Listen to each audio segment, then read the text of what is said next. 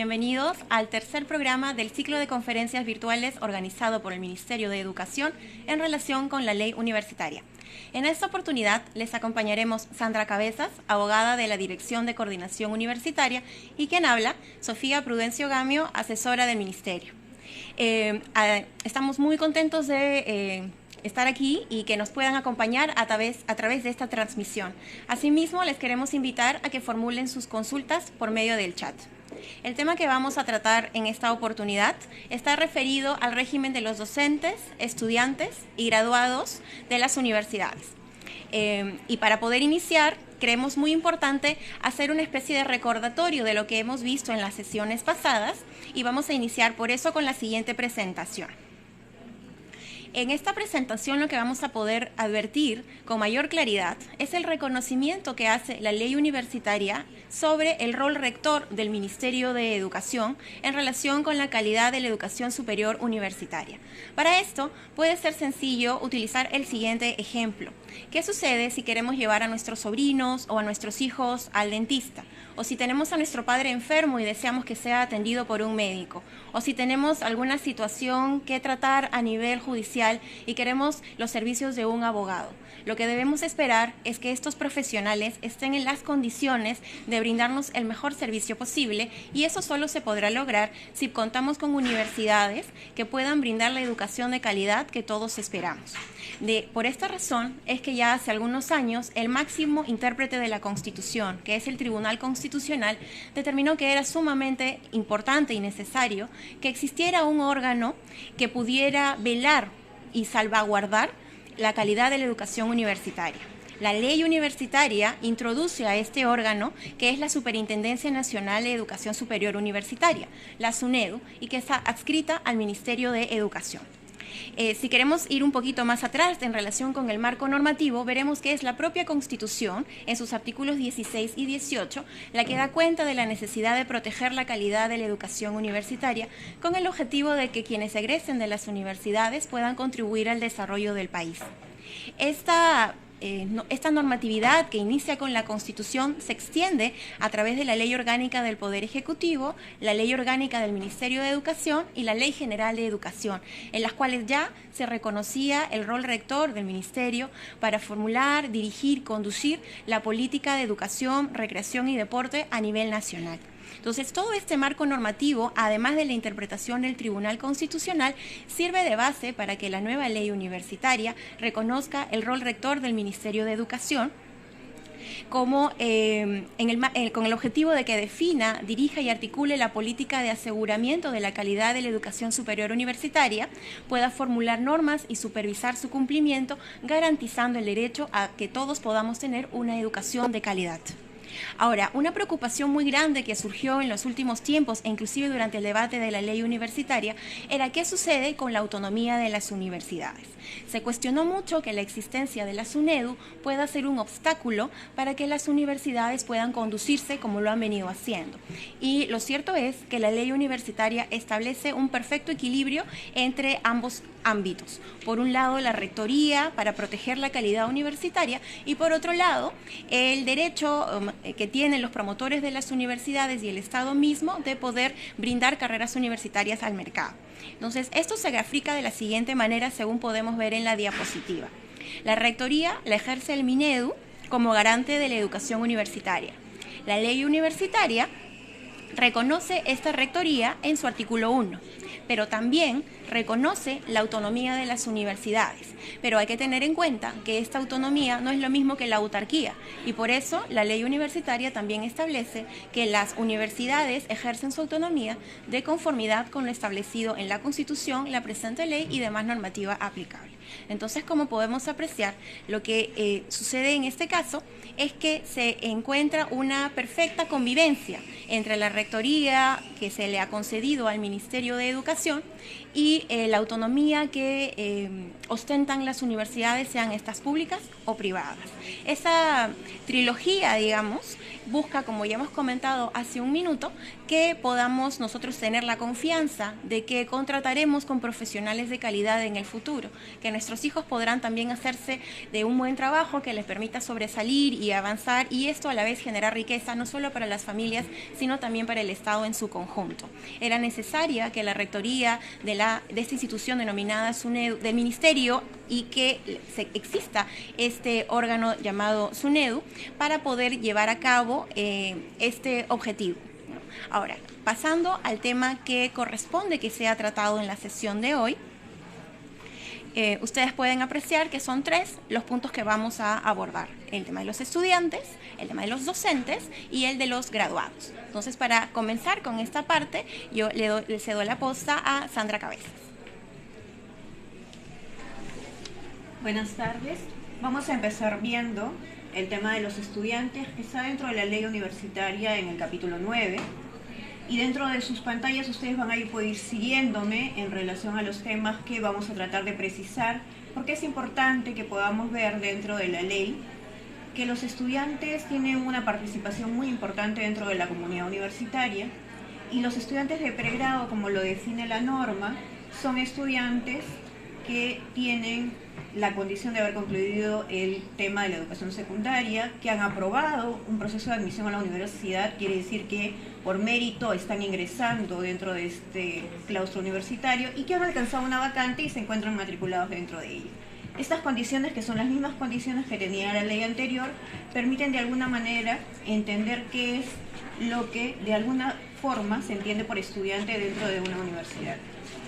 En el caso del proceso de admisión, es interesante ver que la ley de alguna manera permite precisar que la admisión se realiza por un concurso público, una vez por ciclo y previa definición de plazas. El Tribunal Constitucional en este punto también señaló que era importante que los estudiantes pudieran acceder al tema de la universidad cubriendo ciertos niveles de garantía de calidad para efectos de que sus estudios puedan concluir también satisfactoriamente. Obviamente el concurso público consta, dice la ley, de un examen de conocimientos como proceso obligatorio y una evaluación de aptitudes y actitudes de forma opcional. La ley introduce este tema de obligatoriedad en el tema del examen de conocimientos, pero es cierto también que cada universidad, dentro de la autonomía universitaria y el ejercicio de este derecho, puede conducir el proceso de admisión y el régimen de matrícula conforme lo estime más conveniente. Obviamente, para el ingreso a la universidad, la ley precisa también que tienen que existir plazas vacantes y también un orden de mérito para efectos del ingreso. En el tema de las vacantes, que la ley de alguna manera determina que las universidades tienen que tener para efectos de poder ingresar nuevos estudiantes, se amplía un poco el panorama y obviamente también el tema de las excepciones. Si bien es cierto, la mayoría de estudiantes ingresan por el tema del concurso público, muchos también van a poder hacerlo a través de excepciones de la ley, y en el caso de la ley universitaria que nos convoca, se ha incluido también el tema de los deportistas destacados acreditados por el IPD, que también van a pasar por un examen especial, y los becados por los programas deportivos de alta competencia en las universidades privadas societarias. Las personas con discapacidad, que tienen derecho al 5% de las vacantes ofrecidas en cada universidad, también es una prioridad que la ley está tomando, y obviamente que se acompaña con el tema de la política del Estado en función a la inclusión de estas personas. La ley señala también el tema de algunas condiciones para el tema de los estudiantes o el ingreso para los estudiantes dentro de los claustros. Señala que las personas que hayan sido condenadas, por ejemplo, por el delito de terrorismo o apología al terrorismo, están impedidas de postular a las universidades públicas. Señala también que para ser considerado un estudiante regular, tengo que estar matriculado por lo menos en 12 créditos como mínimo.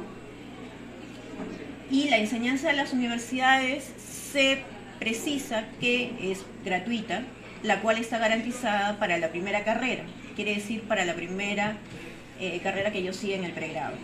Esto tiene de alguna manera un correlato en el artículo 17 de la Constitución, en donde se habla que el tema de la enseñanza es gratuita, obviamente para el tema de las personas que accedan y que tengan un rendimiento académico que permita mantener esta condición, porque lo que se busca es que el acceso a las personas que quieran seguir estudios superiores puedan hacerlo y no dejar que esto simplemente sea solamente para un grupo. Cuando hablamos del tema de la matrícula condicionada, que fue uno de los temas que de alguna manera creó una polémica de repente cuando se estuvo discutiendo la ley, se precisa que el estudiante que desapruebe una materia 3 veces será separado temporalmente de la universidad por el periodo de 1 año. Luego de ello, dice la ley, se podrá matricular solo en la materia desaprobada. Y si desaprobara ya por 4ª vez, será separado definitivamente de la universidad. Eso no impide que el estatuto cree una figura o contemple una figura mucho más, distinta o mucho más fuerte, y que la separación definitiva, por ejemplo, sea al desaprobar la 3ª vez, ¿no? Esta es una práctica que en las universidades, tanto privadas como públicas, se ha venido dando, no necesariamente por el tema de la aprobación de esta ley, y que de alguna manera trata de asegurar el tema de la del tema del mérito y también de la calidad dentro de la universidad en el rango que puedan tener los estudiantes. En el tema de derechos de estudiantes, la ley precisa algunos que estamos viendo también en pantalla, y entre los que están más resaltados dentro de la misma transparencia, tenemos 4, que son el de la gratuidad de la enseñanza en la universidad pública, que de alguna manera refuerza el tema de lo que la condición de la Constitución señala, para efectos de que las personas puedan formarse y acceder a un empleo luego de la formación. Obviamente el tema de la expresión de las ideas de manera libre, sin que esto pueda ser sancionado dentro de la universidad, es una condición básica para el tema de que el estudiante pueda acceder a una educación que lo forme, no solamente como persona, sino también como ciudadano, y que permita también su participación no solamente dentro de la universidad, sino también fuera de la sociedad. El tema de solicitar reserva de matrícula por razones de trabajo, de cualquier naturaleza, que de alguna manera permita que yo pueda suspender mis estudios a efectos de que pueda continuar después. Acceder a escalas de pago diferenciados en universidades privadas, que busca de alguna manera también un tema de inclusión y de tratar de que las personas puedan ingresar sin importar la condición a las universidades, sea por la calidad y por las materias que ofrecen. En el tema de lo que son representantes estudiantiles, y que también ha sido un tema como que polémico, que ha generado algunas discusiones en relación a los requisitos que se piden dentro de la norma, podemos ver que piden ser estudiantes de la universidad, o sea, estudiantes regulares, haber cursado el ciclo anterior, pertenecer al tercio superior, tener 36 créditos académicos aprobados por lo menos, y no tener sentencia judicial, ¿no? La mayoría de requisitos han sido los requisitos que han estado ya en la ley anterior. Obviamente siempre se ha buscado que el tema de la pertenencia a la universidad esté presente dentro de los que van a ser representantes de la universidad. Y también ahora, cuando se hace la precisión de que pertenezcan al tercio superior, lo que se busca un poco es que el estudiante que de alguna manera tiene una mayor participación dentro de la vida universitaria y que tiene también una condición de estudiante sobresaliente, pueda aportar también con sus conocimientos dentro de la representación estudiantil para efectos de mejorar también la calidad y tomar mejores decisiones de repente en el claustro y en las decisiones de la asamblea. La reelección inmediata, que también estaba prescrita dentro de la norma anterior, se mantiene para efectos de ir de alguna manera promoviendo que otras personas puedan participar. Obviamente el cargo de representante estudiantil no implica ninguna retribución económica o de cualquier índole, ¿no? Porque lo que se busca es dar una contribución y una participación política dentro de la universidad de los estudiantes, cargo que no tiene por qué ser retribuido porque no es un cargo ni administrativo dentro de la universidad. Ahora vamos a pasar un poco al capítulo 8, que habla sobre el tema de los docentes. Ya hemos concluido el tema de estudiantes y obviamente otra de las piezas fundamentales dentro de la comunidad universitaria es el tema de docentes. Los docentes como tenemos también dentro de la lámina, tienen varias funciones y una de las funciones inherentes dentro de la docencia es la investigación, el mejoramiento continuo de la enseñanza, la proyección social y la gestión universitaria. Dentro de la ley, en esta parte, se incluye el tema de proyección social y el de gestión universitaria como áreas de desempeño del docente que complementan el tema de la enseñanza y de la investigación. En las categorías, y esto un poco para concluir esta parte, tenemos las 3 categorías que también la ley anterior contemplaba, que es la categoría de ordinario, extraordinario y contratado. En el docente ordinario tenemos principales, asociados y auxiliares, que son las mismas categorías también que se están manteniendo. En el extraordinario tenemos a los eméritos, honorarios y similares dignidades. Se amplía un poco el escenario y, bueno, de alguna manera no está contemplado acá el tema del investigador y vamos a ver después por qué. Y en el tema de contratados se precisa también que son aquellos que prestan sus servicios por un plazo de tiempo determinado, tal y cual lo hacía la ley anterior. Pueden ejercer la docencia en cualquier nivel de la educación superior universitaria. Estamos hablando del tema de los docentes extraordinarios o eméritos, honorarios. Y obviamente este grupo de docentes no puede superar el 10% del número total de docentes que dictan en el semestre. Esto un poco para promover el tema de la carrera en lo que es la universidad pública, el tema de los profesores ordinarios, principales, asociados y auxiliares que puedan ingresar y que puedan formar este núcleo duro de docentes que manejan el tema de la universidad. Para concluir el tema de docentes, vamos a puntualizar los cambios que hemos estado viendo en esta nueva ley con respecto a los docentes. En el caso de la carrera docente, el tema de la meritocracia se hace mucho más marcado en la ley. Obviamente los requisitos para el tema de los nombramientos son mucho más claros. Para ser profesor de pregrado estamos pidiendo que se tenga el grado de maestro, y para el tema de los ascensos, el tema de la promoción, los requisitos son muy claros y se dice pues que el título profesional, la maestría o el doctorado, dependiendo del grado en el que uno va a dictar, concursando esto además con el tema de la trayectoria docente, el tema de la investigación, tanto por el ejercicio profesional, tanto para el auxiliar con 5 años de ejercicio, para el tema del asociado con 10 y para el tema del profesor principal con 15 años.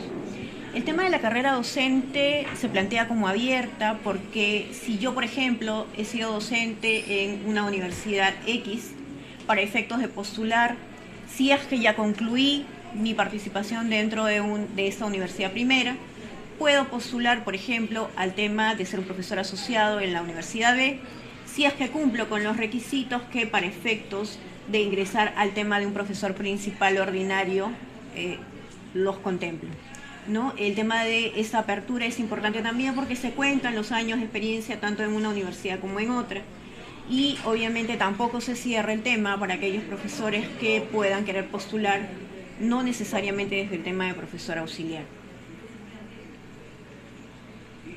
En el tema de los regímenes de dedicación, sí tenemos, igual en el tema de los profesores ordinarios, la dedicación exclusiva, que son aquellos docentes que tienen como una única actividad remunerada la que prestan en la universidad. Aquellos profesores a tiempo completo que son aquellos que tienen una permanencia de 40 horas semanales, y en el tiempo parcial cuando es menor de esta jornada laboral. Lo que sí esta ley de alguna manera introduce es esta disposición que en toda universidad, en toda institución universitaria, sea privada o pública, por lo menos el 25% de docentes deben ser a tiempo completo. Un poco para poder ver este núcleo duro de docentes que de alguna manera esté presente dentro de la universidad, haciendo actividades de tutoría e investigación, y que de alguna manera promuevan el tema de estas experiencias o estos deberes dentro de la universidad. Como decíamos, obviamente los niveles de exigencia, como también comentábamos, son mayores dentro de esta lógica de la ley universitaria. Obviamente para ser docente de pregrado, como ya lo dije, tengo que tener un grado de maestría. Quiere decir que he terminado la universidad, he sacado mi grado de bachiller, he podido ingresar al tema de la maestría y concluido y sustentado mi tesis, ¿no? Los docentes que actualmente están enseñando y que no cumplan con los requisitos pueden y tienen un periodo de adecuación de 5 años que contempla la norma para efectos de que ellos puedan adecuarse también a los requisitos y puedan ser considerados en la categoría correspondiente cuando esto pase. El tema del docente investigador, que era uno de los puntos que dijimos al principio, si bien no está dentro de los profesores que son extraordinarios, se entiende que el docente investigador puede ser un docente que tanto participe de la categoría de ordinario como de la categoría de extraordinario o pueda ser un profesor contratado. Lo que sí la ley de alguna manera determina es que se dedica a la generación de conocimientos e innovación a través de la investigación y obviamente se le designa por la excelencia académica que éste tiene, ¿no? Y bueno, tiene una evaluación desde el órgano competente. La ley también introduce este tema polémico, pero que de alguna manera pretende la promoción y la progresión dentro de la carrera, el tema de la edad máxima para ser docente de una universidad pública, ¿no? A diferencia de lo que se tenía en la ley anterior. Los docentes que dentro de una universidad pública tengan una edad mayor a la de 70 años pueden ejercer como profesores extraordinarios. El tema del apoyo en la docencia, que estamos hablando de los jefes de práctica y de los ayudantes, el jefe de práctica, de acuerdo a lo que la ley está exigiendo, tiene que tener título profesional, a diferencia de lo que antes solamente se exigía el bachillerato. Y bueno, los ayudantes pueden ser estudiantes y estar cursando los 2 últimos años de carrera y pertenecer al tercio superior. Lo importante de la norma es que dentro de la carrera se precisa mucho el tema de la meritocracia y obviamente el tema del concurso público dentro de la comunidad universitaria es parte también de esta razón de ser del ingreso dentro de la carrera. En cuanto a los deberes de los docentes, tenemos este tema de que tienen que estar siempre preocupados por estar generando conocimientos, por mejorar en su práctica y brindar la tutoría a los estudiantes para orientarlos en su desarrollo.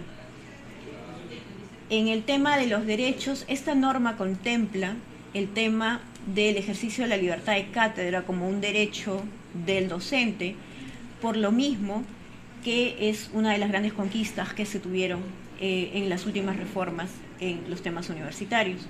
Obviamente también uno de los derechos es el tema de elegir y ser elegido en las instancias de dirección institucional, la participación en proyectos de investigación, tener licencias con o sin goce de haber con reserva de plaza, o en gozar de las vacaciones pagadas, y obviamente derechos que en alguna medida han sido más desarrollados y mejor determinados dentro de la norma a diferencia de la anterior. En el caso de las remuneraciones, obviamente, hay una asignación adicional por productividad de acuerdo a las posibilidades económicas de cada universidad pública, que es interesante para efectos del tema de la producción y del trabajo de los docentes dentro de la universidad. Y obviamente el tema de la homologación de docentes con el tema de las remuneraciones de los magistrados judiciales se mantiene. Y obviamente también se precisa que los docentes de las universidades privadas se rigen por lo establecido en la presente ley y en el estatuto de su universidad. Ahora vamos a pasar un poco al tema del capítulo 10, que es el tema de graduados, y para eso Sofía nos va a apoyar para efectos de comprender mejor lo que está planteado. Sí, muchas gracias, Sandra. En relación con los graduados, vamos a identificar cambios bastante fuertes en relación con la anterior ley universitaria. ¿Qué es lo que podemos apreciar en la diapositiva? Hay una definición un poco más amplia en relación con los graduados y además se reconoce la posibilidad de que los graduados se organicen en una asociación. Entonces, ¿qué es lo que nos dice la nueva ley universitaria? Que los graduados son todos aquellos que han culminado sus estudios en una universidad y que han recibido el grado correspondiente, lógicamente luego de haber cumplido los requisitos académicos exigibles. Se reconoce que los graduados entonces forman parte de la comunidad universitaria y, como mencionábamos, que pueden asociarse para convertirse de esta manera en un ente consultivo de las autoridades de la universidad. Asimismo, la ley universitaria tiene regulación expresa y bastante importante en relación con el rol que cumplen los representantes de la Asociación de Graduados en los órganos de gobierno de la universidad. ¿Qué requisitos se exigen para esta asociación de graduados? En primer lugar, que debe someterse a la normatividad del Código Civil que rige a las asociaciones, debiendo registrarse con no menos del 10% de los graduados en los últimos 10 años. Estos graduados deben corresponder a por lo menos 3 facultades. Su creación debe ser oficializada además por resolución del Consejo Universitario y ratificada por la Asamblea Universitaria, con lo cual se le da, digamos, ya la posición, una situación formal que le va a permitir intervenir en la conducción de la universidad a través de los distintos órganos de gobierno. Además, esta asociación de graduados debe tener un estatuto y un reglamento de infracciones y sanciones, que son aprobados en la asamblea de creación de la propia asociación. Además, como le comentábamos, cómo es que interviene esta asociación en los órganos de gobierno a través de la voz y voto del presidente o representante de la asociación de graduados. Como podemos, si comparamos con la anterior ley universitaria, veremos que no se hablaba de una asociación, sino en general los graduados, y que estos participaban en los órganos de gobierno, pero al no indicarse cómo se hacía, quedaba que cada estatuto así lo estableciera, y esto podía generar desorden al momento de la participación y toma de decisiones. ¿Qué más podemos comentar sobre los graduados? Que la directiva de los graduados de esta asociación debe estar conformada por 7 miembros, como habíamos comentado, provenientes de al menos 3 facultades. Ninguno de estos miembros puede desempeñar la docencia u otro cargo dentro de la universidad y que además debe tener una duración de 2 años. No hay reelección inmediata ni rotación entre los cargos. Estas medidas son necesarias con el objetivo de poder garantizar el equilibrio de poderes dentro de los órganos de gobierno de la universidad. Finalmente, podemos comentar un poco sobre las funciones de la Asociación de Graduados. Por un lado, tenemos el tema de estrechar los vínculos de confraternidad entre los graduados, fomentar una relación permanente entre los graduados y la universidad. ¿Esto en qué nos puede beneficiar?, se preguntarán ustedes. Bueno, pues lo que podemos comentar al respecto es que en estos tiempos sabemos ya que es sumamente relevante los contactos profesionales que se pueden tener. Si una universidad se encarga, promueve que sus graduados estén en una relación permanente con ella, se puede utilizar de mucha mejor manera, por ejemplo, las bases de datos para colocación de personal, las recomendaciones profesionales para que una persona pueda migrar de un trabajo a otro. También se puede participar, conseguir referencias para poder participar de proyectos, no solamente de investigación, sino de otra naturaleza. Entonces, desde ese punto de vista, es bastante positivo que esta ley universitaria recoja la figura de la Asociación de Graduados con miras a que se estrechen estos lazos entre los propios graduados y entre los graduados y la universidad. Asimismo, esta asociación de graduados debe buscar la promoción y organización de actividades científicas, culturales, profesionales y sociales, lógicamente con el objetivo también de que haya una mejora continua en el desarrollo profesional de cada uno de sus integrantes. También tiene como función, la Asociación de Graduados, contribuir con la búsqueda de fondos y apoyo a la universidad. Aquellos que egresaron de una universidad pueden sentirse también muy motivados a poder colaborar de repente como retribución con la educación que han recibido. Aquí lógicamente también tiene mucho que decir la propia universidad, que se preocupe a través de reglas de calidad, a través de herramientas que generen este vínculo entre el estudiante y la universidad, para que luego, una vez egresados los graduados, puedan sentir este lazo con su alma mater y querer apoyarla, no solamente desde el punto de vista económico, sino también desde el punto de vista del respaldo para eventos o campañas de otra naturaleza. En este marco también resulta muy importante el rol que cumplen los graduados cuando se trata de apoyar a estudiantes de escasos recursos económicos que desean presentarse a alguna universidad. Conocemos el caso de varias universidades que ofrecen becas que son financiadas por graduados, que, como les comentaba hace unos momentos, como especie de retribución deciden colaborar con su alma mater, ayudando, favoreciendo a estudiantes de menores recursos. Entonces, Esto es lo que hemos podido comentar hasta el momento en relación con estudiantes, profesores y graduados en la ley universitaria. Antes de pasar a las preguntas, queremos dejarlos con este mensaje que ha sido una constante en el ciclo de conferencias organizado por el Ministerio de Educación. La ley universitaria tiene por objetivo velar porque la educación universitaria de nuestros jóvenes sea una que ostente la mejor calidad posible. Para eso es que se reconoce el rol rector del Ministerio de Educación, que debe salvaguardar porque esta calidad, porque las políticas de aseguramiento de calidad aspiren a este objetivo, y por esa razón también se crea la SUNEDU, con la finalidad de que primero participe de los procesos de licenciamiento de universidades, velando porque las condiciones mínimas o básicas de calidad se cumplan, y luego ya en el devenir de la vida universitaria pueda hacer la supervisión que la ley establece y, de ser el caso, adoptar las medidas correctivas para que finalmente los estudiantes, la comunidad universitaria en general y la sociedad puedan recibir profesionales de la mejor calidad posible. Entonces comenzaremos a poder atender las consultas que ustedes amablemente nos han estado formulando a través del chat. Sí, tenemos, por ejemplo, Sofía, un comentario de Cecilia de Lima, y nos dice: los docentes contratados en una universidad privada también tienen que cumplir el requisito de la maestría.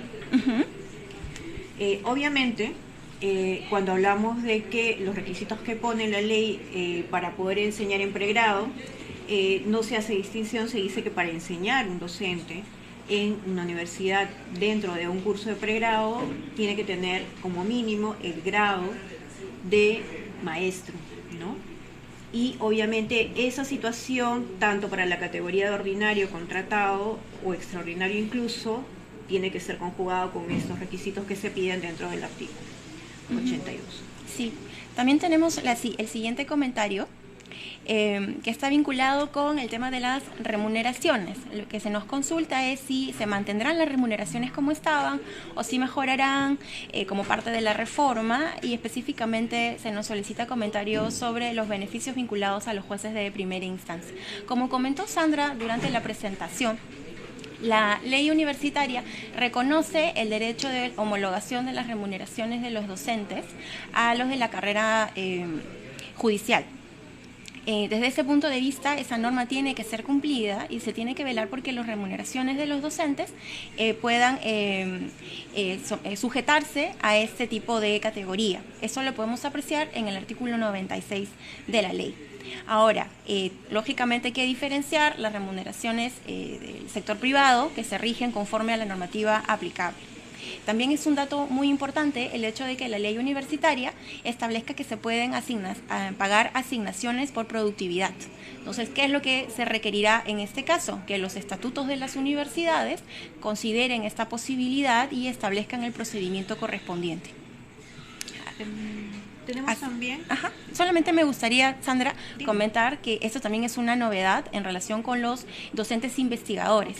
Como la ley universitaria, a diferencia de la anterior, le pone mucho énfasis al tema de la investigación, lo cual era bastante lógico, se establece que aquel docente que se dedica a la investigación tiene una bonificación especial del 50% de sus saberes totales. Esto nuevamente con la idea de fomentar la investigación en las universidades y continuar con la generación de conocimiento. Sandra. Sí, te quería comentar que hay un comentario también de Julieta que tiene que ver un poco con el tema de este porcentaje del 25% de docentes a tiempo completo, ¿no? Dice: ¿en cuánto tiempo mi universidad debe tener el 25% de docentes a tiempo completo? Obviamente en las disposiciones finales y complementarias hay procesos de adecuación o tiempos del proceso de adecuación tanto en la universidad pública y privada. Obviamente cada universidad tiene que ir adecuando sus estatutos, sus reglamentos internos para efectos de que esta situación se pueda ir dando, aparejada obviamente también al tema de los 5 años que se tiene para que los docentes puedan ir de alguna manera adquiriendo los grados o los títulos que la ley está exigiendo para efectos de cumplir cada uno de los requisitos en las categorías, ¿no? Entonces es un tema progresivo y paulatino que cada universidad va a ir midiéndolo de acuerdo a las disposiciones que la ley está trayendo. En el marco de la propia autonomía universitaria, ¿verdad? Claro, exacto. Es un tema muy importante, ¿no? También tenemos este comentario de parte de Antonio. Nos consulta: ¿para qué una asociación de profesionales si ya existen los colegios profesionales?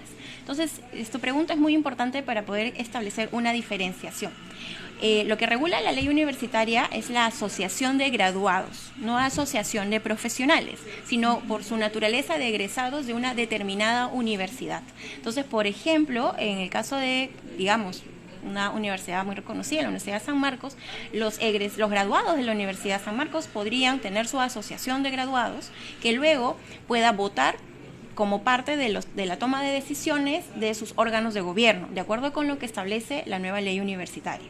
Esto porque son graduados de esa casa de estudios, en el ejemplo.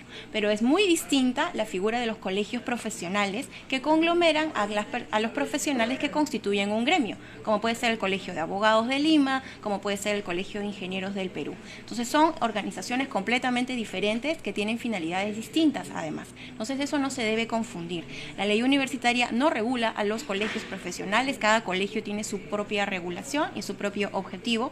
La ley universitaria solamente regula a la asociación de graduados como parte de la comunidad universitaria que va a poder opinar y votar en los órganos de gobierno con miras a que las decisiones que se puedan tomar recojan el parecer de estos graduados que ya están afuera, que ya han tenido la experiencia universitaria y que están viviendo, digamos, ahora el resultado de los años de estudio en sus respectivos centros de trabajo y que esta experiencia luego se pueda trasladar en una mejor regulación al interior de la universidad. Sí, tenemos un comentario también de Alberto Campos. Alberto tiene una preocupación en relación al tema de la gratuidad de la enseñanza. Él nos dice: si la universidad pública es gratuita, ¿qué pasa si en la mía cobran? ¿Dónde lo denuncio o lo reclamo? Creo que acá hay que hacer dos distinciones. La primera es el tema de la gratuidad en el pago de lo que vienen a ser las pensiones, y que obviamente en una universidad pública no lo vas a hacer, pero en una universidad privada sí, para efectos de continuar tus estudios. Pero lo que sí, dentro de una universidad pública, lo que se hacen son pagos de tasas para efectos de que de alguna manera se puedan cumplir los servicios que dentro de la universidad te brindan, lo que no quiere decir que estás abonando por el tema de las pensiones, ¿no? Entonces, esa distinción hay que hacerla, y en todo caso, si hay algún tipo de violación en relación a este tema, como Sofía también nos comentó, el ente rector, obviamente que es el ministerio, en coordinación también con la Superintendencia Nacional de Educación Superior, que de alguna manera se está organizando en el ejercicio de sus competencias, ¿no? Van a poder velar por estos temas, y sobre todo la Superintendencia, que es la entidad que se ha creado para efectos de fiscalización y para efectos de que de alguna manera se puedan salvaguardar los derechos y se pueda cumplir las obligaciones que están dentro de la ley. Sí, efectivamente. De acuerdo con lo que establece la ley universitaria, el reglamento de organización y funciones de la SUNEDU debe ser aprobado en unos meses más, y allí podremos apreciar ya esta estructura que va a darle forma a las funciones que están establecidas en la ley, y bueno, que poco a poco pueda decantar en la práctica el ejercicio de la función fiscalizadora que la ley le atribuye. Tenemos otro comentario en relación con la edad de los docentes. Por ejemplo, acá se plantea que una persona tiene 59 años, pero no cuenta con maestría ni experiencia profesional, y si es posible que en esas condiciones pueda seguir la carrera docente. Entonces aquí podemos diferenciar dos cosas, ¿no? Seguir carrera docente puede significar que yo quiera estudiar para ser profesor, o también puede suponer que yo sea ya profesor y deseo enseñar en una universidad. Entonces, con relación a lo primero, bueno, definitivamente no hay limitación para el tema del estudio, ¿verdad? Allí solamente debo poder pasar el examen de admisión para poder seguir cualquier carrera, ¿no? Esa es la regla general que ya comentó Sandra durante la presentación. Además, hay otros requisitos que ya ustedes también han escuchado, pero que no guardan relación con los que se plantean en este comentario. Ahora, en relación con el hecho de poder, siendo profesor, poder dictar clases en una universidad, sí es importante ver que si vemos el artículo 83 de la ley universitaria, se establecen ciertos parámetros para poder ocupar categorías como profesores dentro de la universidad. Entonces, tenemos 3 categorías: profesores auxiliares, profesores asociados y profesores principales, y para cada uno existen determinados requisitos. Entonces, la edad no es un requisito para poder entrar a dictar a una universidad, pero sí tenemos que tener en cuenta que no podríamos, si no tenemos ninguna experiencia o, por ejemplo, no tenemos doctorado, no podremos considerarnos como profesores principales. ¿no? Ahora, es importante que cada quien analice su situación particular y la coteje con lo que está establecido en el artículo 83 de la ley universitaria. ¿Sí? Sandra, ¿tienes otra pregunta? Sí, tenemos un comentario de Luis Méndez y él habla un poco del asesoramiento gratuito para la tesis de bachillerato y pregunta si este tema es para todas las universidades, incluyendo las privadas, ¿no? Entonces, el artículo 100 un poco nos señala en el punto 13 que el tema del asesoramiento, elaboración y sustentación de tesis para el grado de bachiller por una sola vez, sin distinguir entre públicas o privadas, es gratuito, ¿no? Entonces, obviamente, acá no existe distinción en el tema de la clase de universidad a la que se refiere y se entendería que también estaría incluido el tema de la privada, ¿no? Ok, tenemos otro comentario de Antonio, según el cual él dice lo siguiente, ¿no? Escuché que la ley no va a tener reglamento y si es esto verdad. Bueno, en efecto, la ley universitaria no requiere de un reglamento emitido por el Ejecutivo que desarrolle su contenido. Lo que va a suceder es que cada universidad debe darle contenido al marco establecido por la ley universitaria a través de sus estatutos. Ese precisamente es el reflejo, la materialización de la autonomía universitaria. Si el Poder Ejecutivo emitiera un decreto supremo diciendo cómo es que se tiene, por ejemplo, que pagarle a los docentes en una universidad privada, eso sería una intromisión a la autonomía universitaria, que es precisamente lo que la ley no permite. Entonces, desde ese punto de vista, no habrá un reglamento de ley universitaria. Lo que habrá es el desarrollo de la ley a la realidad de cada universidad traducida en sus estatutos. Un tema distinto es el reglamento de organización y funciones de la SUNEDU, que eso también está establecido en la ley universitaria, que debe ser aprobado dentro de 90 días de publicada la ley. Eso se viene ya trabajando a cargo de la comisión que ha sido ya designada por el Ministerio de Educación. En su momento será presentado para que sea aprobado conforme a la normativa aplicable. Pero en nada este reglamento de organización y funciones no es un reglamento de la ley universitaria, el que, como ya hemos comentado, no existe per se, la ley universitaria se desarrollará a nivel de los estatutos de las universidades. Sí. Y también tenemos un comentario de Lucía Pérez. Lucía nos comenta que es deportista acreditada en el IPD y su inquietud es, bueno, tengo ingreso directo a la universidad, a cualquier universidad, y efectivamente la ley no hace distinción de si tienes que tener solamente acceso a una pública o una privada. Lo que se quiere es que de alguna manera se promueva el tema del deporte dentro de la universidad en general como una política, y obviamente parte de ese tema también tiene que ver con la inclusión de este porcentaje o excepciones para los temas de los deportistas acreditados por el IPD, ¿no? Efectivamente es una de las excepciones que la ley está incluyendo y que de alguna manera permite que personas como Lucía, por ejemplo, puedan ingresar a la universidad y mantener su régimen también como deportista para efectos de poder continuar con esta práctica, ¿no? Entonces, sí, en efecto, no hay ningún tema de distinción, ¿no? Ok, también tenemos un comentario en relación con cuánto tiempo debe transcurrir para que una universidad tenga el 25% de sus docentes a tiempo completo, que es una exigencia que es introducida por la ley universitaria, como hemos escuchado en la presentación de Sandra. Bueno, aquí es importante recordar que cuando se da la ley universitaria se establece que se da el inicio a un proceso de adecuación, tanto en las universidades públicas como en las universidades privadas. En el caso de las universidades públicas hay una reglamentación específica, en el caso de las universidades privadas, estas deberán adoptar las acciones que sean pertinentes. Entonces, considerando ese proceso de adecuación, los estatutos renovados, reformulados de estas universidades que se sujeten a la nueva ley universitaria, será lo que determine el tiempo para que los docentes a tiempo completo se encuentren como mínimo en este porcentaje del 25%. Ahora, también se comentó mucho en el momento del debate por qué era necesario establecer este requisito, digamos, ¿no?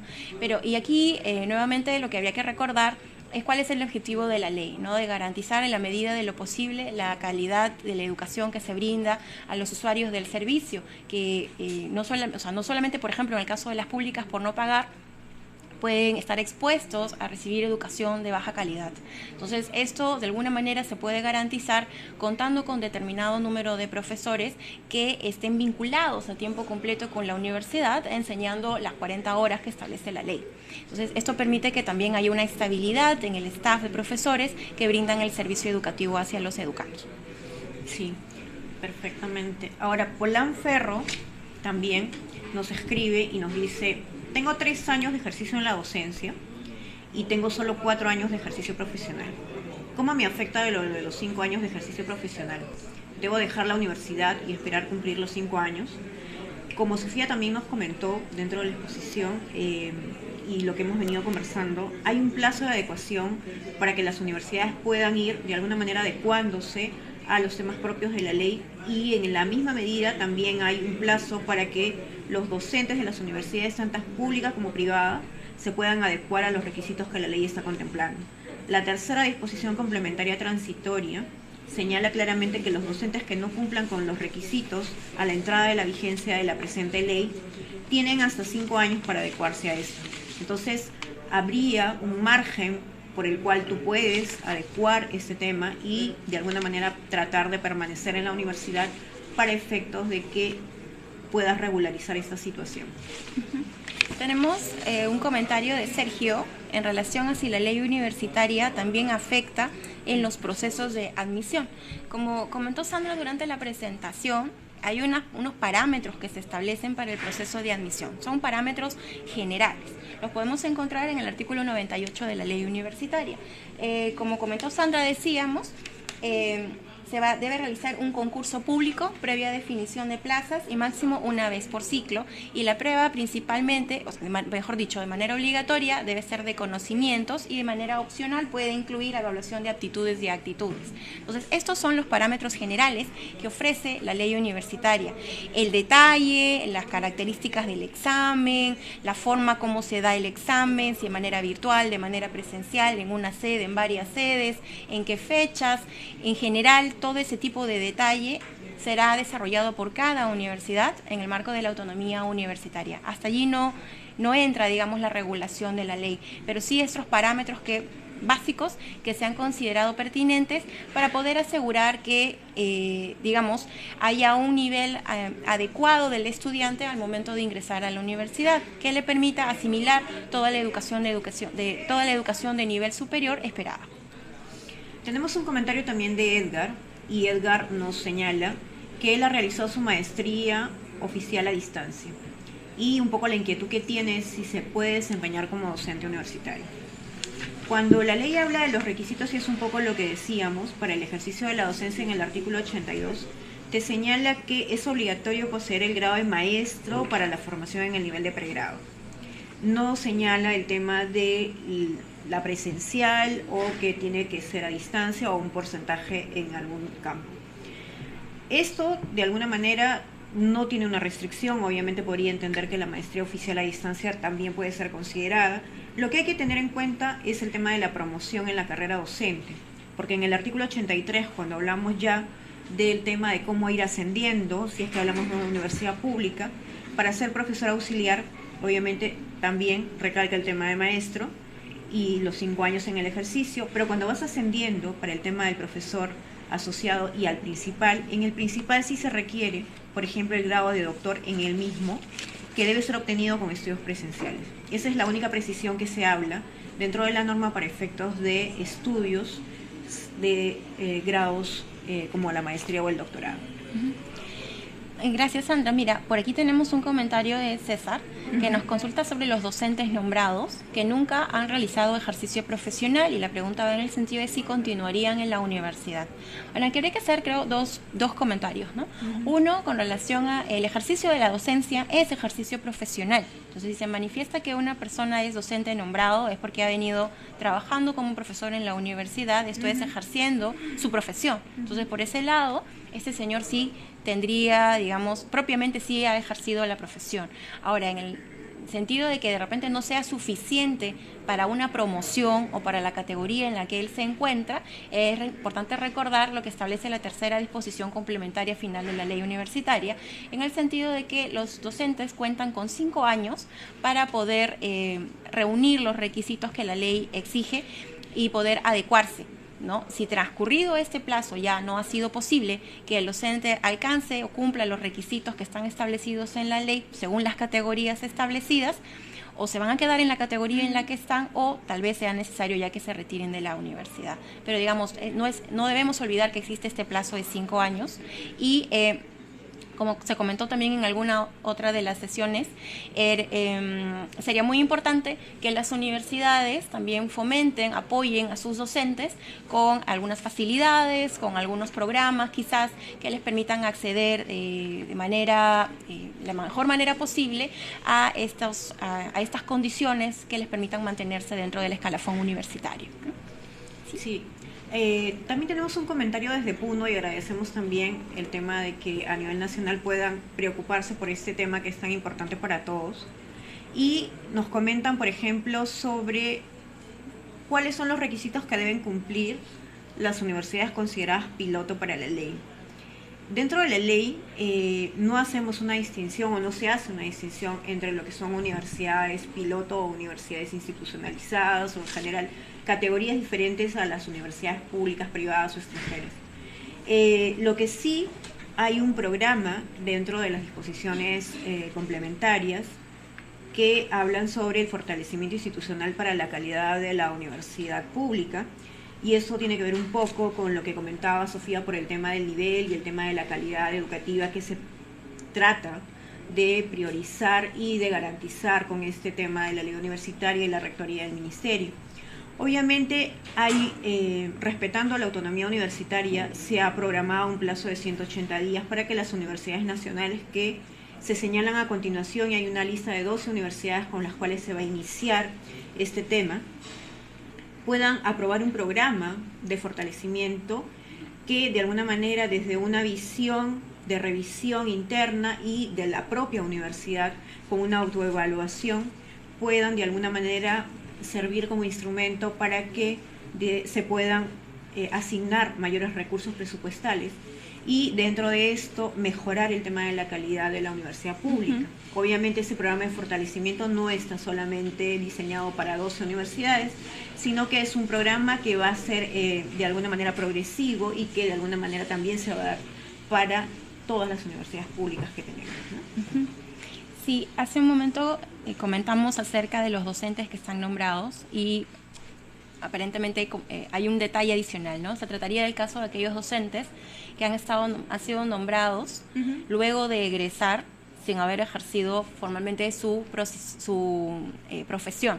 Entonces, bueno, aquí aparentemente es una situación bastante particular, porque, digamos, el ideal es que haya cumplimiento de determinados requisitos para que los docentes en las mejores condiciones puedan brindar el servicio educativo. Si eso no ha sido así, igual, reiteramos, tenemos el plazo de 5 años para que las personas para que estos docentes puedan hacerse de los requisitos necesarios para poder acceder a alguna categoría. Si eso no es posible por la naturaleza del requisito, bueno, definitivamente el docente tendrá que evaluar un poco los ajustes que se tienen que hacer en la carrera. Aquí es importante considerar, tenemos que enfrentar siempre el tema viendo varias variables, ¿no? La comunidad universitaria no es solamente docentes o solamente estudiantes o solamente promotores. La comunidad universitaria la constituyen estos 3 grupos y además no debemos perder de vista a los que estamos afuera esperando los servicios de estos grupos. Entonces, que en conjunto nos van a brindar. Entonces, desde ese punto de vista, intentando encontrar el equilibrio, que la ley universitaria establece estos parámetros de alguna manera básicos para poder garantizar que quien egrese de una universidad pueda brindar servicio de calidad. Entonces, por esa razón es que hay requisitos mínimos para las distintas categorías docentes. Si un profesor lamentablemente no los puede cumplir en el periodo de 5 años, eso no significa que más adelante no pueda hacerse de ellos y luego volver a la carrera universitaria propiamente dicha, ¿no? Tenemos el comentario de Luis Francisco Bailón Toledo en relación a si afecta a las universidades católicas el tema de docentes, teniendo en cuenta la disposición modificatoria sexta. Esta sexta disposición hace referencia a que las universidades católicas se sujetan a sus estatutos, que deben seguir las normas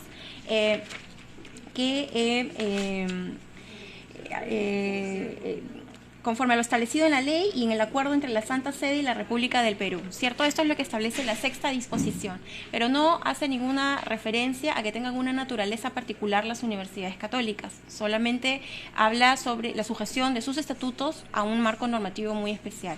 Desde ese punto de vista, la regulación referida a los docentes les resulta igualmente aplicable que como a cualquier otra universidad privada. Desde ese punto de vista, deberá adecuar su situación, sea la contratación, el nombramiento, la permanencia de sus docentes, de acuerdo al marco que establece la ley universitaria. Hay otro comentario en el que nos preguntan por el tema de los requisitos para enseñar.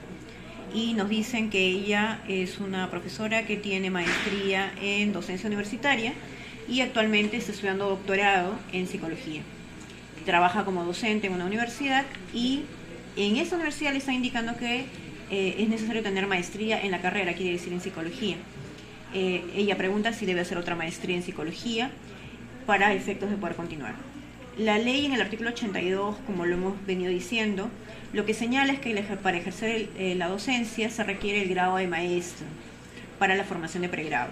No indica que deba ser de la misma especialidad o de la carrera en la cual está desempeñándose, pero obviamente también hay que tener en cuenta que las universidades en el tema de la autonomía universitaria y dependiendo de cómo adecuan sus estatutos pueden ingresar requisitos adicionales. Pero la ley lo mínimo que pide es que tengas una maestría, nada más, ¿no?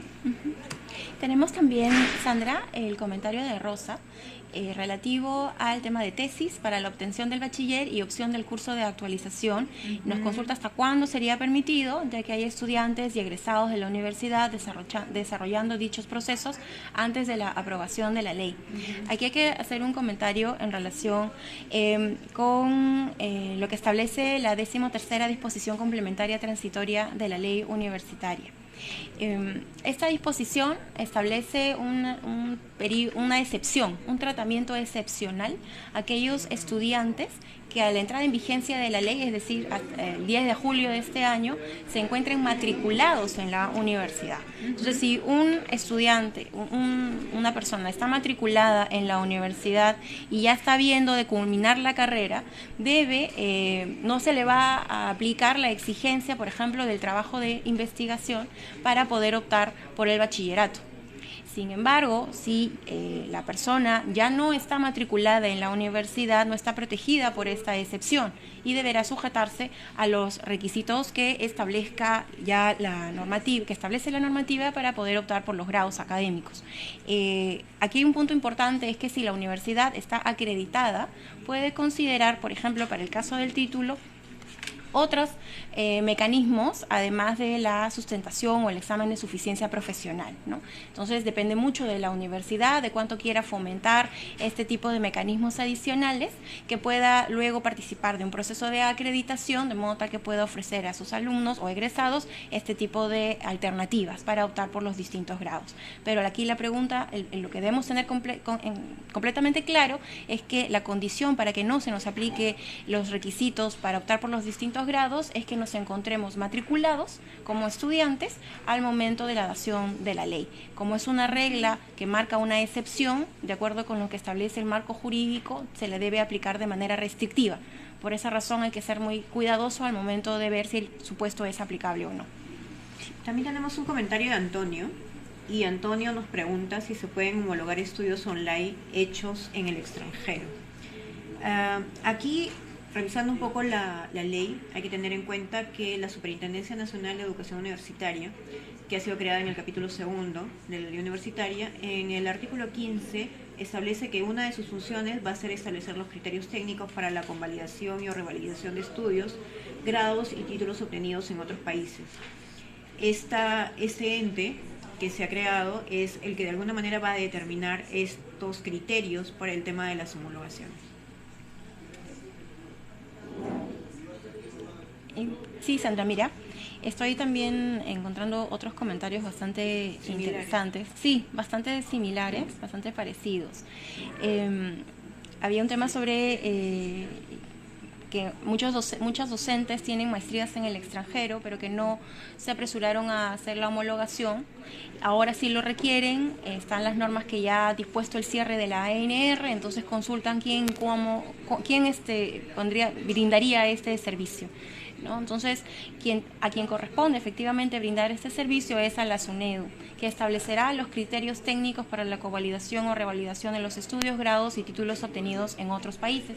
Como comentamos hace unos momentos también, el reglamento de organización y funciones de la SUNEDU está en plena elaboración.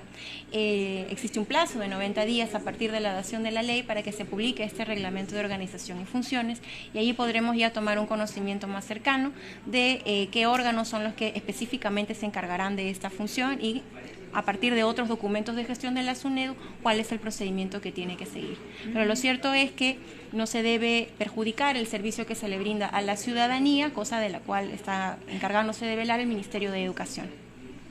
Sí, bueno, acá también hay otro comentario en donde dice: me ofrecieron horarios flexibles, entiendo yo que eso es en una universidad, para efectos de poder estudiar y trabajar.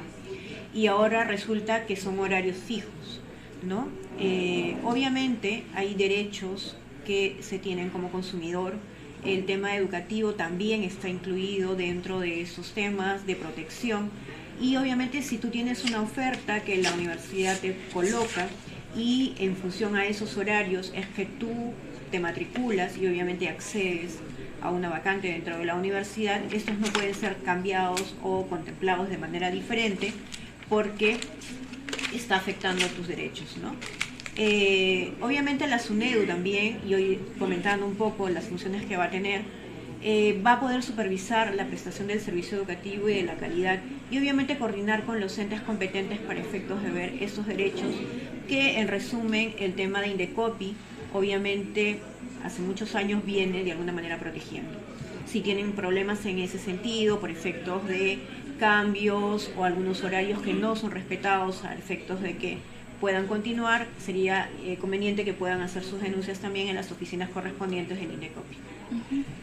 Hay otra consulta bastante parecida a la que comentamos hace un momento en relación a cómo sería el caso de los bachilleres que vienen laborando y que tenían antes de promulgada la ley más de 3 años de experiencia laboral y deseaban titularse por experiencia profesional. Entonces, para esto es importante ver que de acuerdo con el artículo 45.2 de la ley universitaria, para optar por el título profesional se requiere el grado de bachiller y la aprobación de una tesis o trabajo de suficiencia profesional. Eso es lo que señala la actual ley universitaria, que las universidades acreditadas pueden establecer modalidades adicionales a estas últimas. Entonces, desde ese punto de vista, la ley tal cual no reconoce la figura de la obtención del título por experiencia profesional, que debe ser una modalidad que en el mercado seguramente brindaban varias universidades hasta antes de la dación de la ley universitaria.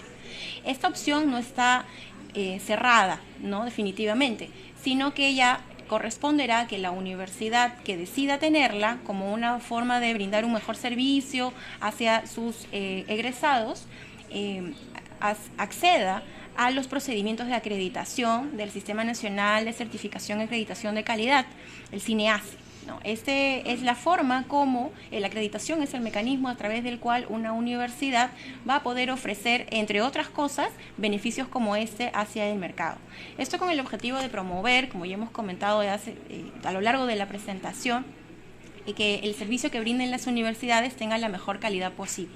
Con la SUNEDU se marca un primer piso, digamos, con el cumplimiento de condiciones básicas de calidad, pero no nos podemos quedar ahí, siempre debemos aspirar a la excelencia, y eso que muchas universidades realizan por propio interés, la norma ahora lo recoge y lo promueve, y la forma de promoverlo es a través de la acreditación.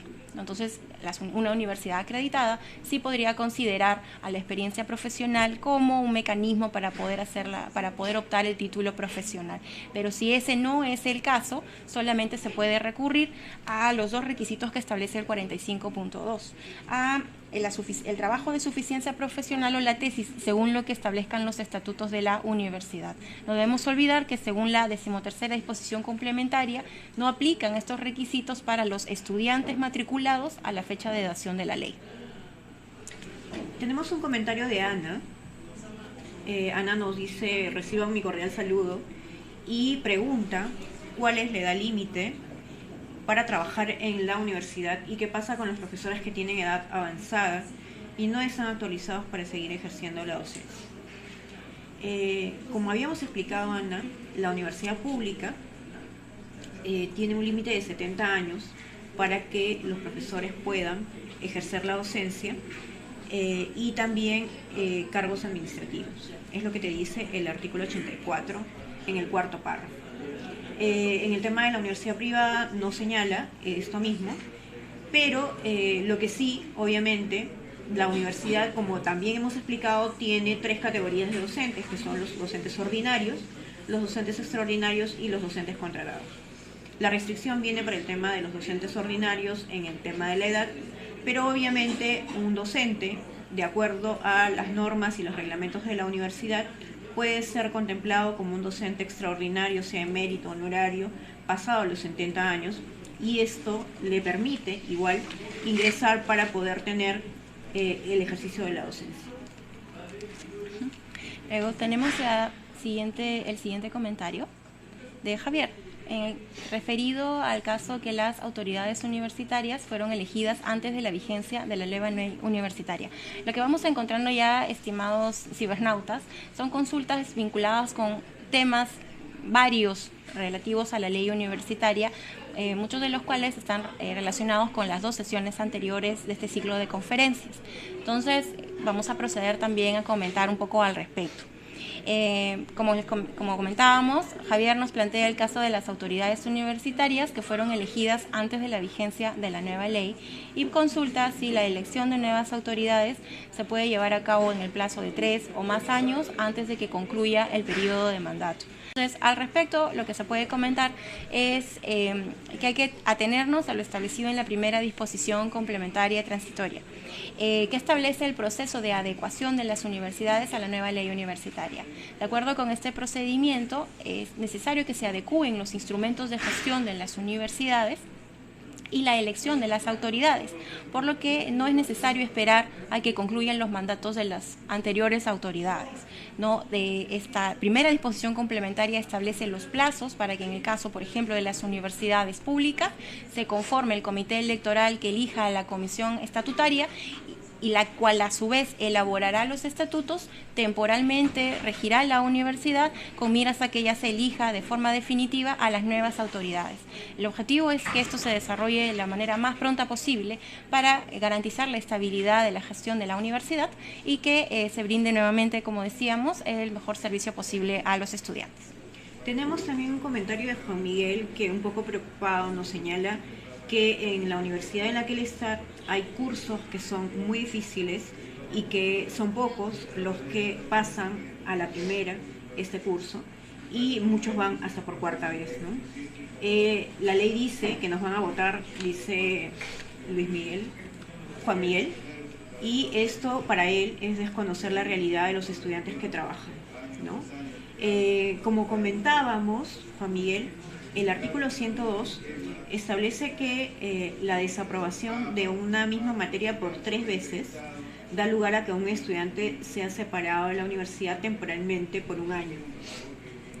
Y luego de ese año, lo que se busca es que pueda reinsertarse efectivamente, y por eso la norma señala que se va a matricular solamente en esa materia. ¿Para qué? Para efectos de que pueda profundizar y que pueda pasar este curso para poder continuar sus estudios. Un poco la ley sí creo que se pone en el supuesto más bien de aquellas personas que pueden tener alguna dificultad y da la facilidad para efectos de que pueda reinsertarse. Obviamente esta es una disposición que la norma da, pero la universidad, como también le hemos comentado, por el ejercicio de la autonomía, puede de alguna manera inclusive ser un poco más restrictiva que esta ley que da una posibilidad adicional al tema de la 3ª vez, ¿no? Uh-huh. Sí, es un tema efectivamente que es consultado mucho también al Ministerio. Uh-huh. Tenemos el siguiente comentario de Carlos, que nos solicita explicar si la ley tiene algo en contra de la formación virtual, porque no queda muy claro, nos indica las disposiciones del artículo 47 de la ley. 50% en pregrado, no a distancia totalmente, y doctorado íntegramente presencial. Entonces, lo primero que es importante aclarar es que la ley universitaria no tiene absolutamente nada en contra de la enseñanza a distancia. Por el contrario, reconoce el primer párrafo del artículo 47, que las universidades pueden desarrollar programas de educación a distancia basados en entornos virtuales de aprendizaje. Entonces, la ley universitaria reconoce esta metodología de enseñanza como válida y será asumida por las universidades que así lo consideren pertinente, donde lo regularán en sus estatutos. Ahora, sí hay algunas restricciones en cuanto al uso de esta metodología. Por ejemplo, el primer caso es en pregrado.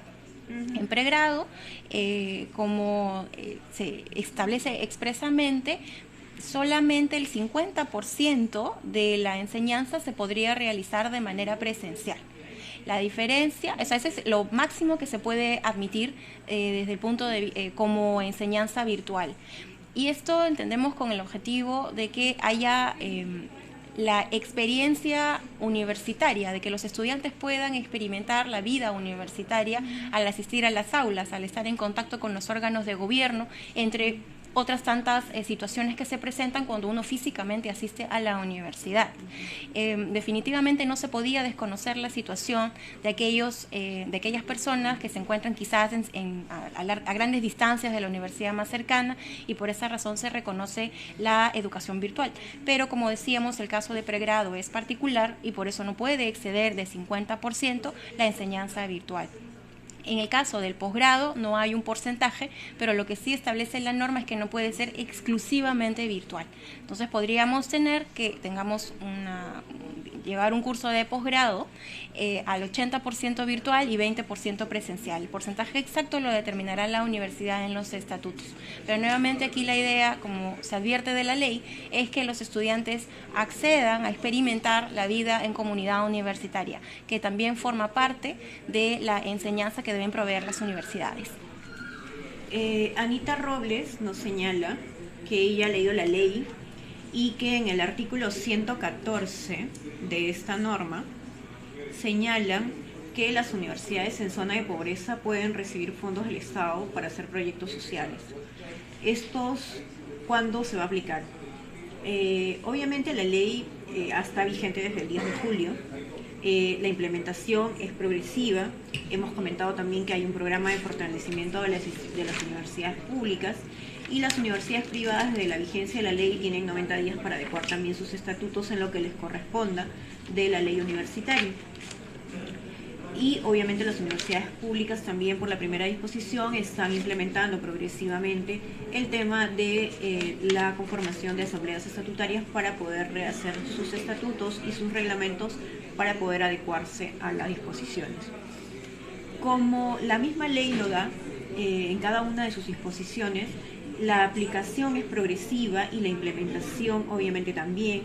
Y el hecho de que la ley está priorizando el tema de que efectivamente en zonas de pobreza haya esta posibilidad de acceder a fondos públicos es una política que el Estado va a ir implementando poco a poco. Estamos en la implementación de la SUNEDU, que es la Superintendencia Nacional de Educación Superior, y a la par estamos haciendo varias implementaciones en relación al tema, y todo esto va a ser algo paulatino, pero que obviamente, si la ley lo ha prescrito, da un marco de referencia para efectos de la inclusión y para mayores posibilidades también para acceder a estos temas. Muchas gracias, Sandra. Mira, también hay una pregunta aquí muy interesante en relación con la investigación.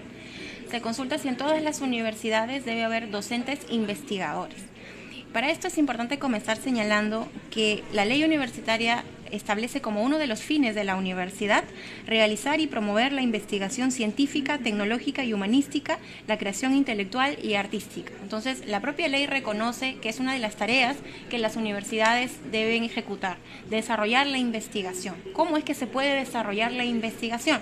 Cuando revisamos el artículo 31 de la ley universitaria, encontramos que en el caso, por ejemplo, de las universidades públicas, es obligatorio que exista al menos un instituto de investigación que incluya a una o más unidades de investigación. Entonces, la ley universitaria da el marco y en el caso de las universidades públicas exige que exista un instituto de investigación para poder cumplir con esta finalidad que tienen las universidades de realizar investigación. Y esto supone generación del conocimiento que luego pueda ser utilizado por la comunidad universitaria y además por el resto de la ciudadanía.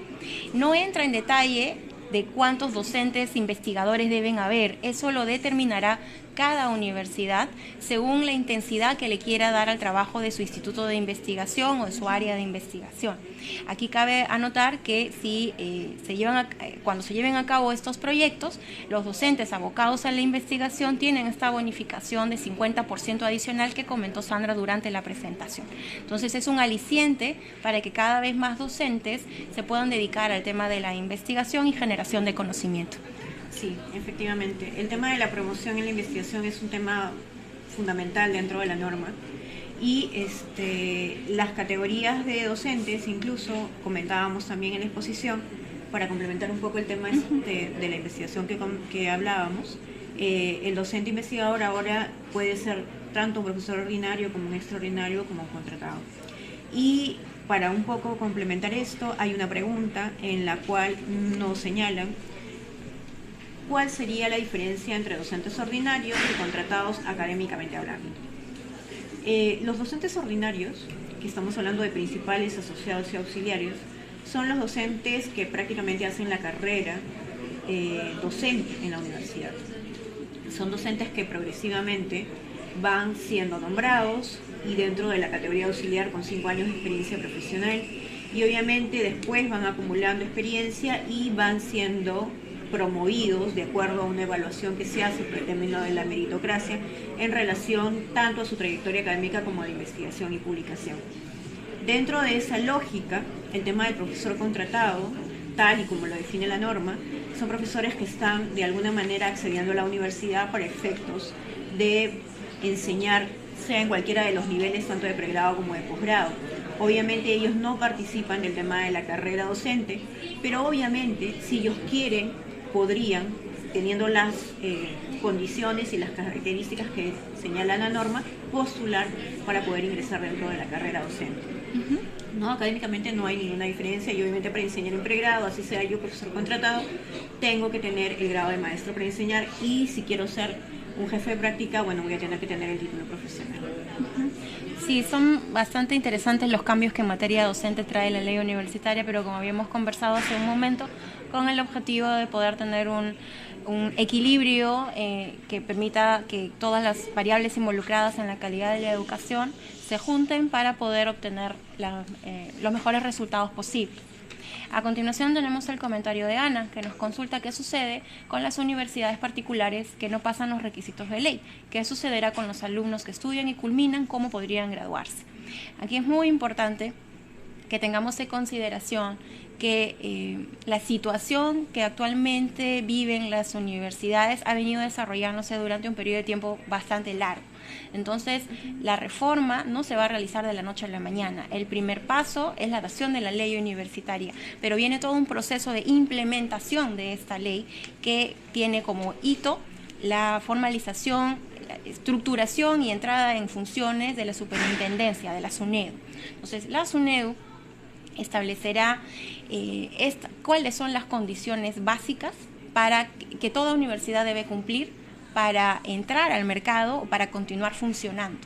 Y lógicamente las reglas tienen que estar claras y tienen que ser conocidas y debe haber un tiempo para que la universidad pueda acondicionarse y adecuarse, porque se es consciente de que estos actores estaban funcionando respecto de unas reglas. Las reglas han cambiado y el cambio no puede ser brusco o radical. También lo que está detrás de esto es que no se puede interrumpir el servicio educativo que se brinda afectando innecesariamente o arbitrariamente a los estudiantes. Entonces, desde ese punto de vista, las universidades conocerán las reglas que deben cumplir, existirá el procedimiento para que éstas puedan adecuarse y si solo si esa adecuación no se produce, es que ya vendrán las consecuencias. Ahora, ¿de qué consecuencias estamos hablando? Va a haber consecuencias de distinto tipo, y estas consecuencias se podrán apreciar en el reglamento de infracciones y sanciones que la SUNEDU, que guiará el accionar de la SUNEDU. En este reglamento podremos identificar qué conductas no son adecuadas y pueden ser pasibles de una sanción de distintos tipos, desde una multa hasta el hecho de que se suspenda el servicio educativo en esa universidad. Pero eso también va a ser de público conocimiento, y solamente si es que luego de conocidas estas causales y de cumplidas las condiciones que están establecidas en este reglamento, una universidad no las acata, entonces es el momento en el que se apliquen las distintas consecuencias. Entonces, Ana, no debes preocuparte en el sentido de que las universidades van a cambiar de la noche a la mañana o que se va a ver perjudicado el servicio. Definitivamente va a haber un periodo de transición, pero también es importante mencionar que los alumnos también somos los primeros llamados a exigir que las universidades cumplan con las condiciones básicas de calidad, ¿no? Exacto. Ahora, hay un comentario también de Felipe. Felipe nos pregunta, ¿la carrera docente es solo para universidades públicas? ¿En las privadas cómo es? ¿No? Conforme al artículo 122, las universidades privadas están sujetas al artículo 80 y al artículo 82, en donde señala las categorías de docentes, por lo que los docentes de las universidades privadas sí están comprendidos en una carrera docente. Obviamente los requisitos del artículo 80 y 82 lo que nos señalan es cuáles son los requisitos para el ejercicio de la docencia, y la docencia la puedes ejercer tanto en una universidad pública como en una universidad privada.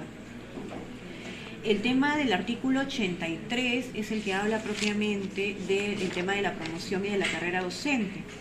Y obviamente la carrera docente se entiende como parte de la carrera pública dentro de las universidades, valga la redundancia, pública. Lo que sí hay que tener en cuenta es que los docentes, para efectos del ejercicio en las universidades privadas, tanto por las categorías que se puedan constituir en cada uno de los estatutos, como se ha venido haciendo desde la aplicación de la ley anterior, los docentes serán calificados tanto como docentes principales, docentes asociados y docentes auxiliares, tal cual lo contempla la norma ahora en el tema de los docentes ordinarios. En esa situación, obviamente, si habían docentes que estaban considerados dentro de la universidad, dentro de la categoría de docentes ordinarios, cumplen con los requisitos que señalan los artículos 80 y 82 de la ley. Y obviamente cumplen con todos los requisitos tanto de grado como de experiencia profesional para efectos de poder ser contratados en esas categorías. Y por eso es que la ley, cuando habla de el periodo transitorio de 5 años para las universidades, no hace distinción y habla de universidades públicas o privadas, porque los requisitos para el ejercicio de la docencia van tanto para una como para otra. Muchas gracias, Sandra. Mira, nuevamente un comentario interesante de parte de Romina en el sentido siguiente. Dice que uno de los derechos de los docentes es recibir facilidades de los organismos del Estado para acceder a estudios de posgrado. ¿Cuáles son esas facilidades y cómo es que se pueden enterar? Entonces, lo primero que cabe señalar es que la ley universitaria reconoce en el artículo 88.6 que los profesores tienen derecho a recibir facilidades de los organismos del Estado para acceder a estudios de especialización o posgrado. Entonces, la generación de estas facilidades no está regulada en la ley universitaria. Específicamente no se dice qué organismo ni de qué tipo de facilidades estamos hablando, pero esta obligación el Estado ya la ha venido desarrollando, y particularmente, por ejemplo, en el sector de educación se tiene la experiencia a través de Pronavec, con becas que se ofrecen para los profesores para mejorar la calidad docente. Es cuestión de que se ingrese, por ejemplo, a la página web de Pronavec a revisar qué tipo de programas ellos están en posibilidades de financiar a través de becas o a través de créditos educativos, y ese es un mecanismo como el Estado también permite o facilita el acceso de los docentes a la especialización. Asimismo, también el fondo que administra Concitec también ofrece posibilidades para los docentes en temas de investigación, desde el punto, o sea, que se presenten individualmente o de manera colectiva. Es cuestión de estar en permanente revisión de lo que Concitec ofrece, conocer las bases del proceso y, bueno, ver la posibilidad de cumplir los requisitos que allí se han establecido. El artículo 88.6 es amplio, entonces el Estado de distintas maneras puede promover el acceso de los docentes, y ya les hemos comentado un par, ¿no?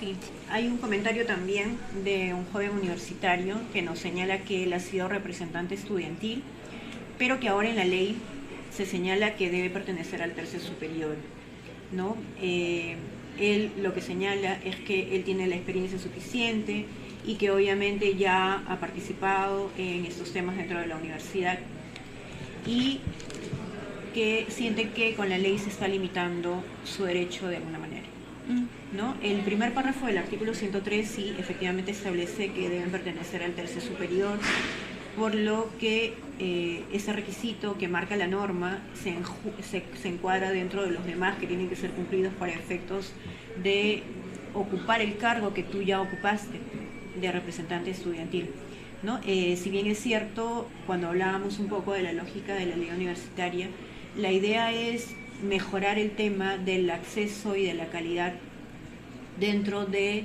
no solamente los temas académicos o de promoción o de los requisitos que deban tener los docentes para el tema del ejercicio, sino que también obviamente estaban preocupados por el tema del gobierno y del tema de cómo la universidad se va desarrollando dentro. Y la ley, tal y como lo permite por aplicación del artículo 18 de la Constitución, si bien es cierto la autonomía universitaria se ejerce dentro de los límites que establece la Constitución y la ley. Tenemos ahora, Sandra, un comentario de Vanessa. Nos consulta si solo se puede ingresar a partir de la ley, si solo se puede ingresar a la universidad mediante examen o si todavía se puede tener las opciones de selección de talento u otras modalidades. Como comentó Sandra durante la presentación, el examen de admisión debe ser de conocimientos en forma obligatoria. Opcionalmente se pueden añadir evaluaciones de aptitudes o actitudes en donde pueden encajar, por ejemplo, la selección por temas de talento. Pero lo que sí establece o introduce la ley universitaria es que el examen de admisión obligatoriamente tiene que tener su componente de evaluación de conocimientos. Como excepciones, digamos, al dar este examen de admisión, el artículo 98 establece una lista cerrada que Sandra también comentó durante la presentación.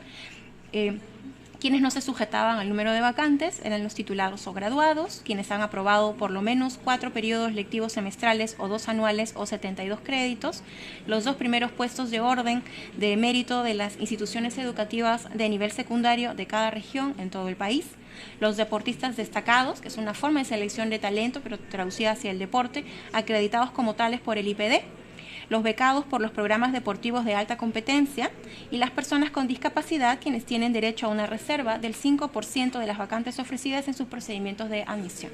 Entonces, esos son los casos especiales en temas de admisión. Aquí, como comentábamos, en relación a lo planteado por Vanessa, lo obligatorio es prueba de conocimientos. Opcionalmente, una universidad, en el marco de esa autonomía, puede establecer evaluaciones de otro tipo, pero siempre debe haber prueba de conocimientos en el examen de admisión.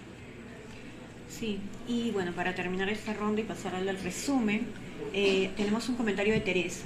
Teresa dice que la ley respecto a la contratación de docentes no señala el tema de que se tengan que pagar para postular para ser docente. Ella dice que esto del pago se da en las universidades privadas y pregunta si eso también sucede en las estatales.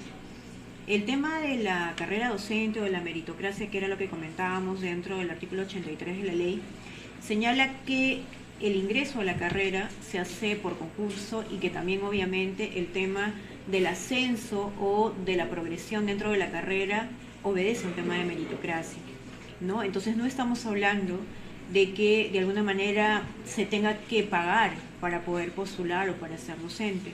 La idea es que si uno tiene las competencias y los requisitos que exige la norma para poder postular, sea para jefe de práctica o sea también para efectos de un profesor auxiliar e ingresar en el tema de la carrera, o de lo contrario pasar de una carrera de una universidad a otra y cuenta con los requisitos, puede postular, no tiene necesidad de pagar, y eso es tanto para la pública como para la privada. Ok, Sandra. Bueno, entonces ya es momento en que pasemos al resumen de la presente sesión. Lo que hemos tratado el día de hoy es el tema relativo a estudiantes, docentes y graduados. Dentro de las cosas más saltantes y que además han salido a relucir a través de sus consultas por medio del chat, son estas modificaciones que inciden en la calidad universitaria, como por ejemplo el hecho de que el 25% de los docentes deba encontrarse a tiempo completo en una universidad, lo que, como comentábamos, nos daba la idea de una mayor estabilidad en la función docente que garantice una educación también más estable hacia los estudiantes. Por otro lado, encontrábamos mayores niveles de exigencia académica al haberse eliminado el bachillerato automático, pero ojo que, como habíamos comentado también, esta condición no resulta aplicable a los alumnos que se encontraban matriculados al momento de la dación de la ley. Los que ya estaban terminando la universidad, aún matriculados, continuarán con los procedimientos que conocieron al momento de su inscripción. Asimismo, ya hemos comentado también de que ningún curso puede desarrollarse 100% a distancia, pero esto no significa que la modalidad no se pueda utilizar. La ley universitaria reconoce la enseñanza virtual y desde ese punto de vista solamente debemos atender a los porcentajes que establece la norma para el caso de pregrado, por ejemplo, que es del 50%.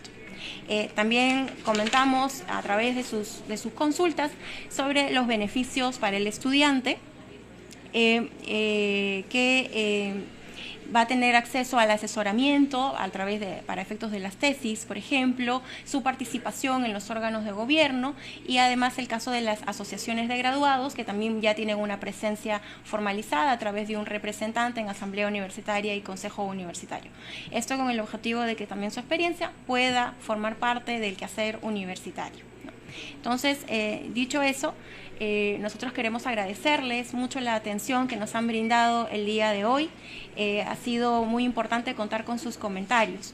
Asimismo, queremos invitarlos a la cuarta conferencia que se desarrollará el próximo miércoles, en la que se abordará el tema nuevas disposiciones de la ley universitaria respecto del gobierno de la universidad pública y la universidad privada. Estará a cargo de Juan Antonio Treyes, director de Coordinación Universitaria, y de Eduardo García, jefe de Asesoría Jurídica del Ministerio de Educación. Cualquier consulta, pregunta, pueden por favor formularla al correo que debe estar apareciendo en pantalla en estos momentos. El Ministerio de Educación estará muy grato de poder brindarles la respuesta. Finalmente, de parte de todo el equipo, nuevamente muchas gracias por su atención. Muy buenas tardes. Buenas tardes.